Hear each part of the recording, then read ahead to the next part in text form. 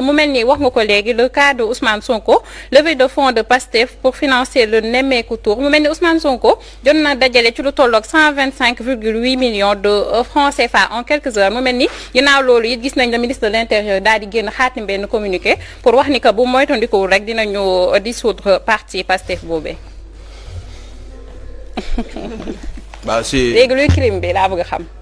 bah c'est-à-dire que ndeysaan xam nga il faut que mu leer ci gàttal parce que amuñu jot.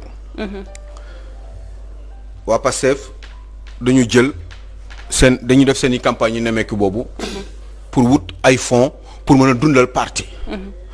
parti politique association ay nit yu dajaloo la ñu ne ñoom dañu bëgg ñëw jël réew mi pour loolu dañu am une vie boo xam ne dañ ko war di def. di def seen i campagne di doxal di fay seen i courant am seen chaise et cetera di préparer les campagnes qui vont arriver électorales mu doon local et cetera tout ce que vous voulez. présidentielle loolu yëpp faisant dañuy soxla xaalis un parti politique dañuy soxla xaalis yàlla dafa def ni depuis 1989. mooy dernière loi bi nga xam ne moo modifié loi 81 bi. buy encadrer dundinu parti politique u Sénégal. waaye loi boobu ci gàttal pour ce qui concerne ce cas précis. dafa ne kenn amul droit di jël alalu ñoo xam ne du ñu ay sénégalais. wala ñu nekk à l'extérieur wala du ñu voté.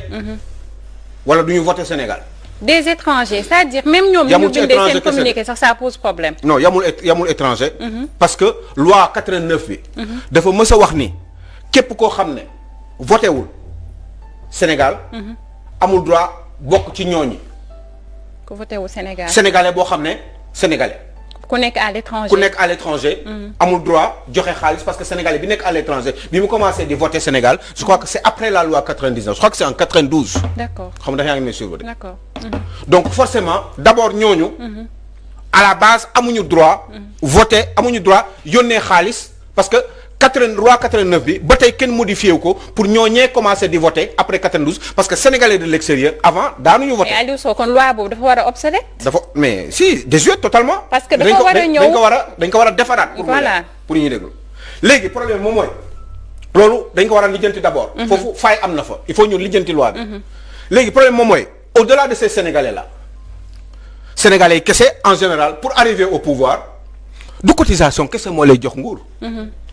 il faut que mu am ñoo xam ne dañuy gis seen intérêt ci yow ñu jàppale la. pour nga yegg ci nguur gi. est-ce que tey mun ngeen ma wax Arona Dia ndax dimbali na Macky Sall wala déet képp ku musul fekkee mu jël xaalis jox ko Macky Sall njort nga ni Arona Dia ñi ngi ko doon wax le financier de l'APR. ak ñeneen ñoo xam ne ñi ngi ci réew mi te man xam naa leen. jàppale nañu APR. même à l'étranger am na ñoo xam ne sax waaw am na ñoo xam ne sax Bongo le cas de Oumar Bongo. une lettre boo xam ne Macky Sall bon maintenant amuñu preuve yi. parce que lettre rek la Macky Sall bind. pour demander ko de l'argent. en 2009 waaye est-ce que jox na ko ñun fekkee wuñ ko. waaye mun nañ jort ni ci kaaw. mais Macky Sall moo toog ci télévision ñu ne VAR daf ko rattrapé. waaw mais moom moo wax. te li mu wax mën nañu jàngat ni que am na ay étrangers yu nga xamante ni ñu ngi ko doon jàppale. mais oui. mais loolu mais ba tey préciser wul bi muy wax loolu. boo leen xoolee te affaire bi préciser wul ni am na ay étrangers ko dafa ay sénégalais la doon wax. préciser wul loolu. ay sénégalais ak ñu nekk ci diaspora bi. ak diaspora bi. waaw mais diaspora bi mi ngi sous-entendre toujours xam mi ngi sous-entendre sénégalais ba tey. mais ba tey loo waxul lépp. parce que parti politique yépp mais est-ce que xam ngeen Tullow Oil ñoom dañu bëggoon ci teenu pétrole yi yooyu tey bu doon seen sago. keneen ñëw. ci nguur gi mais ñooñu mun nañ jàppale parti d'opposition ñooñu mun nañ jàppale Ousmane Sonko mun nañ jàppale Cheikh Bamba Dièye mun nañ jàppale Cheikh Tidiane Gomis bu ñu yaakaar ni Cheikh Tidiane Gomis mën na nekk ci nguur gi kon loolu amuñu contrôle bi il faut que ñu revoir encore parti politique yi nan la ñuy dundee yoon dafa ne parti politique bu nekk chaque année war nga def sa état financier maanaam sa comptabilité bu fiable war nga ko mën a génne tegal ko nguur gi ñu teg seen bët xool yan dépense nga def fan la sa origine xaalis jóge et cetera détails yooyu yëpp parti politique daf ko war a def chaque année. bon ben je crois que Pastef def nañ ko. mais gisuma ni APR def nañ ko gisuma ni PDS def nañ ko. gisuma ni les autres partis politiques def nañ ko Rewmi def na ko non c'est même pas la peine defuñu ko. mais 2018 Pastef est à jour. donc loolu dafay andiwaat le débat sur le financement des partis politiques. dama ne day indi débat sur le financement des partis politiques mais il faut surtout qu'on comprenne une chose. affaire bi dafa gën a compliqué. dafa am ñoo xam ne dañu nekk bitim réew. dëkk ni muy fonctionner mën na leen arranger comme mënu leen bañ a arranger ay hommes d'affaires lañu ay investisseurs lañu ay borom alal lañu dañu yor ay gestion am ay enjeux ci àdduna bi. donc ci réew yi dafa am ñu ñuy soxla lu ñuy soxla ci réew bu nekk dafa am lu ñu fa soxla. ñooñu dañu yor seen alal selon xam nga boo gisee ma tural leen ci loo oil ñi may waxal xam nañ li may wax. ñooñu eh ben amuñu les mêmes intérêts que Cosmos Énergie. ñooñu amuñu même intérêt que British Petroleum mooy BP. ñooñu amuñu même intérêt que Total. ñooñu bu doon seen sago teenu pétrole yii ñu leen xañ ñu am ci. ñooñu duñ ci am kon ñooñu fu ñu toll nii seen position mooy lan fexe ba Macky Sall jóge fii parce que bu fi Macky Sall jógee dina leen arranger ndax kooku ñu mën a jàppale éventuellement. ku mu mën ci doon nag. mu jox leen ci marché yi. dina leen mën jox ci marché yi kon seen xeex mooy loolu. imaginez bien problème mu Thierno Alassane Sall. je vais beaucoup plus loin c'est dommage c'est trop court. mais Thierno Alassane Sall problème bi mu am li tax ñu dàq ko mooy dañ ko imposer ne ko defal loo xam ne moom neexu ko. mooy da mais premier ministre moom moo ko wax nee na premier ministre dafa ko ne nekkal bouton Macky Sall bu bësee nga ne cëpp dem moo ko wax. waaw loolu dafa am lu tax parce que loolu président de la République mooy xam lan moo tax muy def loolu. peut-être mu la doon pour intérêt personnel peut-être mu la doon pour intérêt Sénégal mun na doon pour n'importe quel intérêt. waaye ki nekk ci opposition bi aussi il veut la même chose. ki koy jàppale jox ko ay millions pour mu ñëw ci nguur gi bés bu ci arrivé mais Macky Sall y a beaucoup de gens qui l'ont aidé.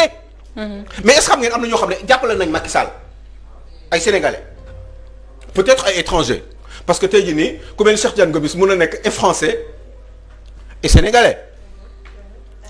dégg ngeen ma est-ce que. Sénégal yow mun nga nekk sénégalais ak français boobaa tamit am nga wàll ci Sénégal da ngay jàppale Sénégal bu fekkee am nga yenn yi wala mun nga doon intermédiaire ak ñooñee wala ñoo ñële pour que nga am loo def. ñu jaarale mbir yi ci yow pour yow nga indi ko Sénégal. Cheikh Tidiane Gomis am na ñoo xam ne jàppale nañu Macky Sall au même moment ñu jàppale Macky Sall jàppale nañu Ablaye Wade 2012 am na ñoo xam ne. au même moment ñuy jàppale Macky Sall opposant jàppale nañu Ablaye Wade au même moment mu doon candidat sortant. dañuy ngarale pour benn ku ci nekk boo ko joxee xaaf boo amee benn milliard ku ci nekk nga jox ko genn wàll gi. kenn du xam moromam te kenn du dem wax moromam kii jox na ma waaye man bés bu ñu ma falee dinaa xam nan laa war a def.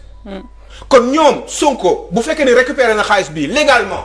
Sonko bés bu naroon am ñoom Sonko ak waa Pastef bés bu naroon am alal boo xam ne dafa jóge bitim réew jóge ci ay nit ñoo xam ne dañu am intérêt Sénégal futur dans le futur ben bu boobaa Sonko du ko wax comme Macky Sall il a eu à faire comme les autres ont eu à le faire Abdoulaye Wade l'a fait. man jàpp naa ne ministre bi daal warul toog ñu ne day dissoudre ay parti Pastef moom li mu war a wax moo di ne ñeneen parti aussi kenn ku ne nga génn nga fësal sa alal parce que au moins lui il a eu le courage quand même moom Ousmane Sonko toog wax taxaw bi laa am ñëpp xam au pire des cas aussi nañu waxante dëgg yàlla rek fii ku nekk ak sa bàmmeel au pire des cas Ousmane Sonko bu ñu ko joxoon 500 millions ay ñoo xam ne du ñu Sénégalais jox ko dina ko jël parce que il faut que mu politique dina ko jël te du ko waxee te du ko boole ci comptabilité da ngeen wax gi bu baax a baax Nicolas Sarkozy France c'est une grande démocratie ana mu léegi ba léegi ñu koy topp Nicolas Sarkozy Kadhafi joxu ko alal bu dul jeex. avant mu koy rey joxu ko alal bu dul jeex. Ramayad mu ne déedéet mag kii waru fee ñëw Kadhafi waru fi ñëw tànkam yi nga xam ne daalam yi nga xam ne dafa fees dell ak deret mu ñëw di ko fomp ci pajaasu Sénégal ñu ne ko noppil yow xamuloo xale nga di nga màgg bis François Fillon moo ko doon wax loolu. bi mu koy wax loolu fukki weer ak benn lañ ci teg ñu rey Kadhafi. boobu fekk na récupérer li ñu war a récupérer ba pare. xëy na amaana François Fillon loolu moo tax ak boobu moo tax moom it moom ay problème ak ay fausse jabar ji mu jël emploi fictif ba tax na moom nekkul candidat parce que normalement il était censé Macron warul woon nekk président François Fillon moo ko waroon remplacer.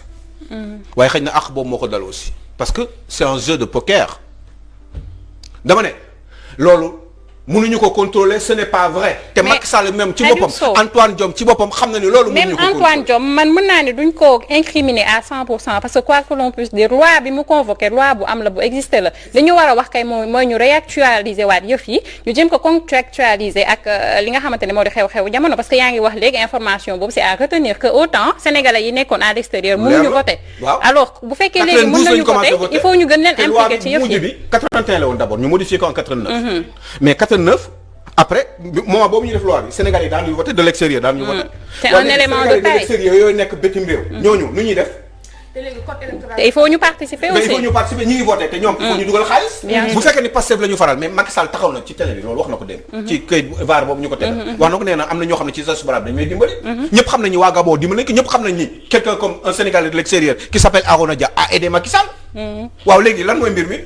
dama ne xam nga lan la ñuy def. de la force de l'argent xaalis du dama naan wax kenn du ko wit ci garab. waaye xaalis amul xet. amul xel Aliou Sow l'argent n'a pas d'odeur. temps bi moo ñu ko permettre mais C'est vraiment dommage. ani nga fi information de Dinañ taille ci yoo ñëwaat. xam ne c'est à Il va y avoir retenir une suite. par rapport à cette loi donc Demain je voudrais juste qu'on nous rappelle le problème des loyers au Sénégal. Inch'Allah. loyer bi gars yi ngi bëgg rey doomu jàmbur yi loyer bi cher na ñu ngi koy yokk Sénégal da ngay am 100 000 francs ñu lay fay loo 90 000 francs loyer bi nañ ko wàññi Sénégal dafa métti wàññi nañ ko métti na Sénégalais dañuy sonn il faut Devant. enlever tout ça je voulais en parler mais on n'a pas le temps demain il faudrait qu'on en parle exceptionnellement Inch'Allah. pour une suite évidemment Inch'Allah. parce que il Il faut ñu faut changer que- quand même tuuti système bi parce que ni ñuy defee nii il Dafa faut ñu xool métti, ni ñu koy Aliou Sow, organiser c'est parce très que dur. on a beaucoup de choses à dire aux Sénégalais Alors te que dañ ko war a loi a xam été loyer bi votée. da